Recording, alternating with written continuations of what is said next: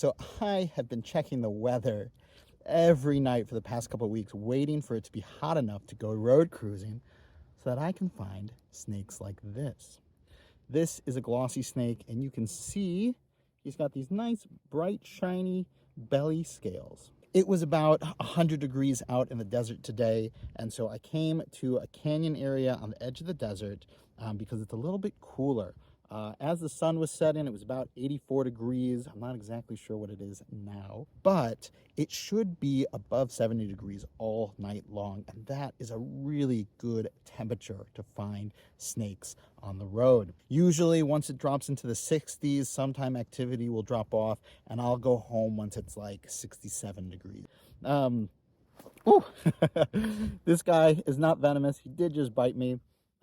This is not, I usually don't see these guys being very bitey, and you can see he didn't even break the skin, but cool little snake, very easy to identify. You can see he's got these rectangular blotches that are rounded that have little borders, and this is just a little one. They get much bigger than this. They're definitely a pretty hefty snake when we find them as full-grown adults, but snakes are starting to move, so we will put this guy back and see who else is around tonight. All right, bye, fella. Keep on going. There he goes. Our first amphibian of the night. This is a red spotted toad. Here is our little toad. Whoa. This is a full-grown toad, and you can see all of his field marks pretty well. If you look really close, you can see those little bumps have a sort of red tinge to them. That's where he gets his name as the red spotted toad. And also right behind the eyes are those parotid glands that are his poison glands, and they are very circular compared to other toads that have more sort of bean-shaped. Now, he is hopping around a lot. You can see he's got very pretty feet, too. So we're going to let him continue on in the night and see what else is hopping around. There's a lot of other cars on the road, so I like to get these guys pretty far from the road so that there's no risk of another car coming and hitting them. Here is our next amphibian, another toad. You can see this guy is a bit bigger than that red spotted toad, and he doesn't quite have the same features. Here, look.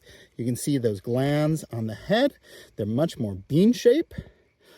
And he has this cream. Oh, come back here. He has this cream stripe down the back too. Another one of our field marks. So we'll let him hop on off into the night and see what else is around. All right, hey. This is our red diamond rattlesnake. What a beauty too. It's not very big at all. I want you to look at that tail there. You can see it's got these black and white stripes.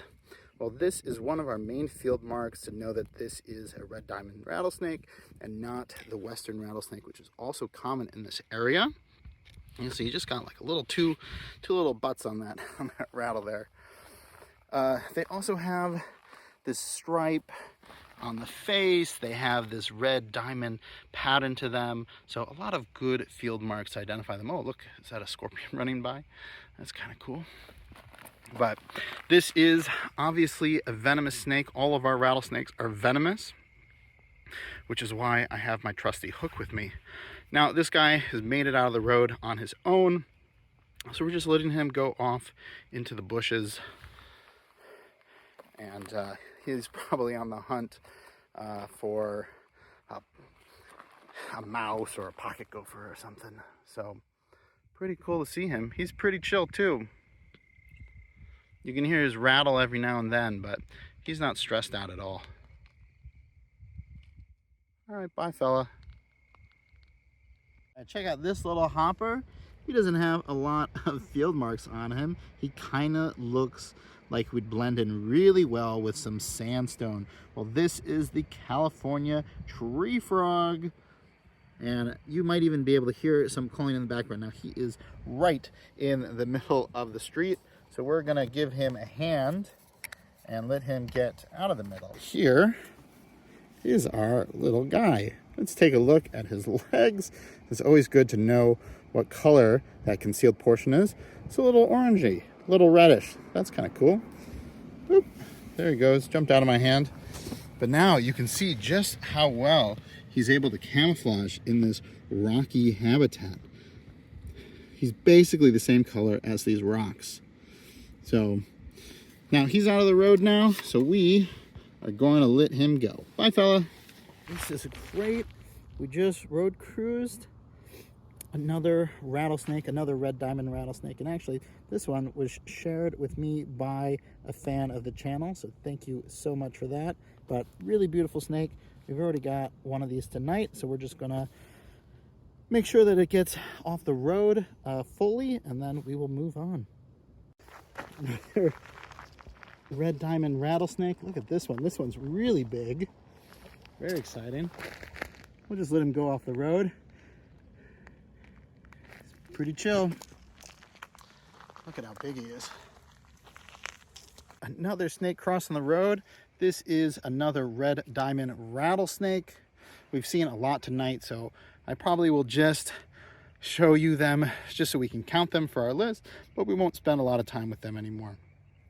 Somebody just found this beautiful little Rosy Boa. These are beautiful snakes, and they're always super calm, and they really love rocky habitats a lot of time. You can see there's some rocks around here.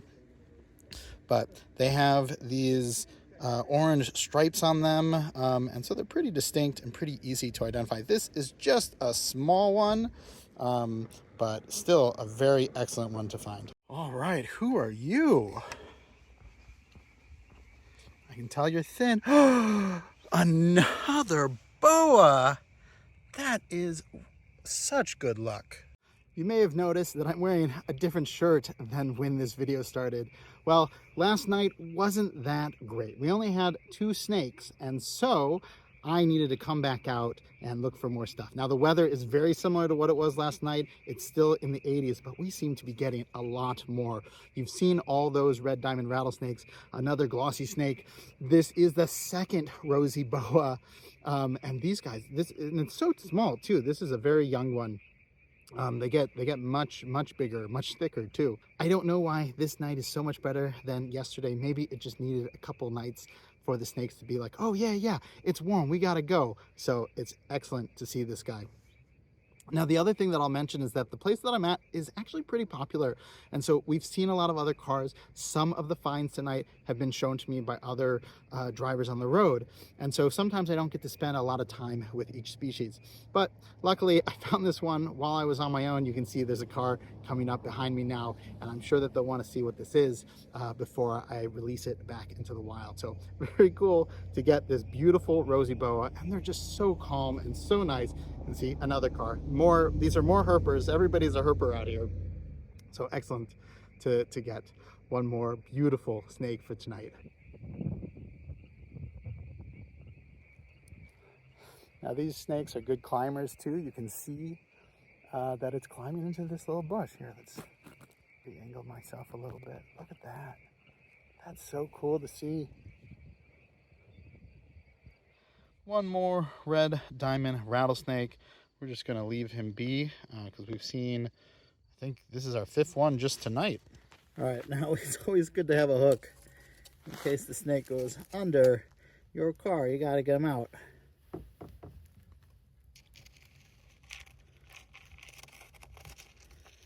Just nice and calm, and he'll mostly move on his own. So why are roads so good to spot wildlife? Well, it's because their camouflage doesn't work very well. There's a ton of contrast between this little red spotted toad and the asphalt. And even when we have a snake, when they're spread out crossing the road, it makes them really easy to spot. All right, one more snake. Let's get this Rosy Boa out of the road before a car comes. What beautiful. This one's a little bigger than the other one too. Okay, let's take a look at this boa up close. You can really see that pattern. They kind of have this like salt and pepper look to them. But beautiful, beautiful snake. Here's that. Let's get you a little view of the head there. Wow.